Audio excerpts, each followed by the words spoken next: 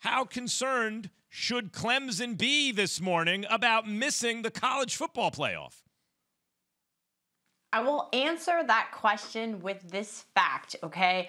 No team has lost their season opener and made the college football playoff since this thing began in 2014. It's a big deal. It's significant, okay? And not only was Clemson hurt by the way they played and how they lost, but they were also hurt, guys, by Miami losing and North Carolina losing. Why? Because, as I heard you guys mention before, they have no other ranked opponents in the regular season. They need a ranked opponent to face in the ACC championship game, assuming they get there, because they've got one more shot to impress the selection committee based on this schedule. That's it. And right now, Miami and North Carolina aren't looking that great. So I certainly would not rubber stamp a one-loss ACC champ Clemson this year. Okay, I'll follow up. We're on a little delay because Key is in L.A. right now. So to avoid any awkwardness, don't we usually all ask questions? Yes. All right, look, to avoid any awkwardness, Key brought up that maybe it's time for the college football playoff to expand in his key observations of week 1 of the college football season. Heather, that's okay with me, provided one thing. It cannot ever be more than a double elimination regular season tournament, right? Like right now, what's so interesting, and you bring it right up off the bat, if you lose game 1, it's hard to make the playoffs. That's what makes it so interesting. The entire regular season is kind of a single to double elimination-ish tournament. If you expand and you lose that, to me, you lose what's special about college football in the regular season. Your thoughts? Well, everyone needs to temper their expectations about this thing expanding anytime soon. I promise you. I'm going to Rosemont, Illinois later this month, just outside the Big Ten offices, where they're going to meet and they're going to talk about this. And every source I have talked to has said it's highly unlikely that this thing is going to expand before the end of this contract. So let's start there. We're talking about 2025. Beyond that is when it could go to 12 or more. They're going to reassess everything. It might not be 12. Maybe it's 8, maybe it's 10. I don't know. Eventually they're going to get there, but I don't think it's going to happen for a while. But to your point, yes, one of the things that people are looking forward to is a little bit more wiggle room. But on the flip side, they could wind up scheduling more big games because they feel like they have more margin for error. So, you know, like games like Oregon, Ohio State coming up this weekend, you know, because they say, well, you know, we can afford to lose more than one game, maybe we'll see more of those big-time matchups. Heather, can the ACC recover? I mean, they had a really, really rough week. When you look at the 3 teams in the top 14 that lost in Miami, Clemson, you talk about where they were at, Florida State, Louisville, UNC. I mean, can they recover from this?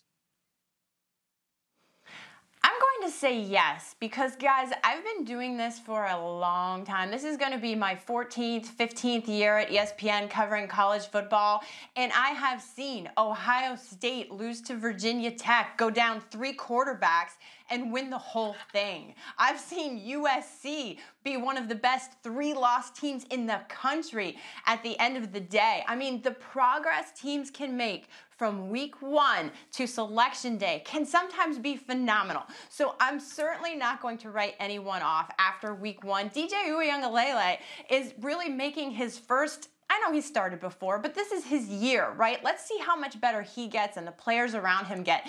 Oklahoma, let's see how much better they get. We didn't even mention them yet. So not writing anyone off yet. Everyone should improve. Heather, when we watch Alabama and you watch a guy like Bryce Young come out and play the way he did, if you had to give me, like, who are your top 3 or 4 in the Heisman voting list after watching the first week of the season, where would you have him rank? Would he be number 1? Flat out number 1. Absolutely. I mean, this kid, and I say he's a kid, right? Making his first start, he lived up to the hype. I was really impressed by a lot of the starting quarterbacks. C.J. Stroud at Ohio State, I thought he got a lot of unfair criticism on Twitter. He went on the road, threw 4 touchdowns, beat Minnesota. I thought that was pretty impressive, but, you know, he's only 19. So, yeah, I think that Young, off the bat, he's got to be leading it right now. Go ahead, Keith. No, I was going to say, Heather, after what LSU went through a year ago and then coming out west and playing UCLA and not looking like the LSU from 2 years ago that won the national championship, where does LSU stand right now? Like, where are they at in terms of college football? Right now, this skinny minute, they're an afterthought. I mean, that's the reality of it. They haven't done anything since 2019. I mean, that team may have been the best team I have ever seen, period. And the downhill trajectory has been very quick. Now, that being said, is this Chip Kelly's season? Is this it? Because it started to look like he put it all together. You know, does the truth lie somewhere in between there as to how good UCLA is and the problems that LSU has? Probably. But I think what we saw from UCLA deserves a lot of credit. I mean, they played tough. That was one of the best games I've seen them play in a long time. Heather, when you watch Ohio State play, obviously everybody talks about Bama. Oklahoma was barely able to squeeze by Tulane. Georgia had a big win over Clemson. But watching Ohio State come back in that second half behind C.J. Stroud, what did they show you? Do they have a chance to compete to be in the Final Four?